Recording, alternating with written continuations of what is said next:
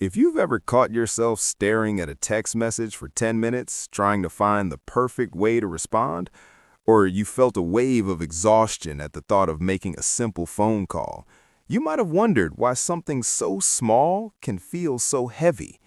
It doesn't look like a big deal on the surface, but the way a generation communicates, the way they hesitate, overthink, or withdraw, it says more than you think. There's a behavior that's become so common it's almost invisible.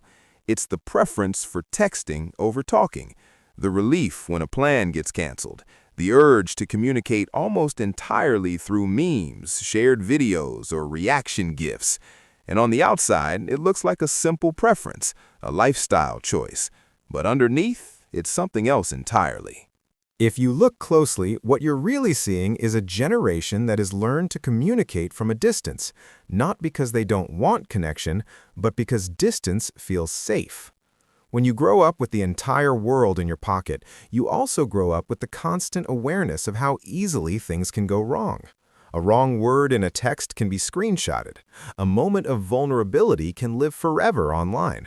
So the instinct becomes to control the narrative, to curate, to pause before you send, to make sure you're not misunderstood. Because being misunderstood online doesn't just feel awkward, it feels permanent. And here's where it gets interesting. It's not that Gen Z doesn't know how to connect, it's that they connect in a way that prioritizes emotional safety over emotional exposure. The meme isn't just a joke, it's a way of saying, "I get you," without having to say anything at all. The shared video isn't just entertainment, it's a bridge, a way of building intimacy without the risk of saying the wrong thing. But that safety comes with a cost, because when you communicate through layers of filters, curated responses, and indirect messages, you also start to feel unseen. You start to wonder if anyone really knows you. And that gap between the version of you that exists online and the version that exists in private becomes a quiet kind of loneliness.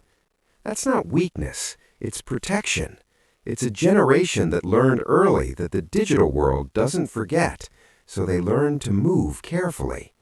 But the deeper pattern isn't just about fear, it's about a longing for genuine connection in a world that makes connection feel performative.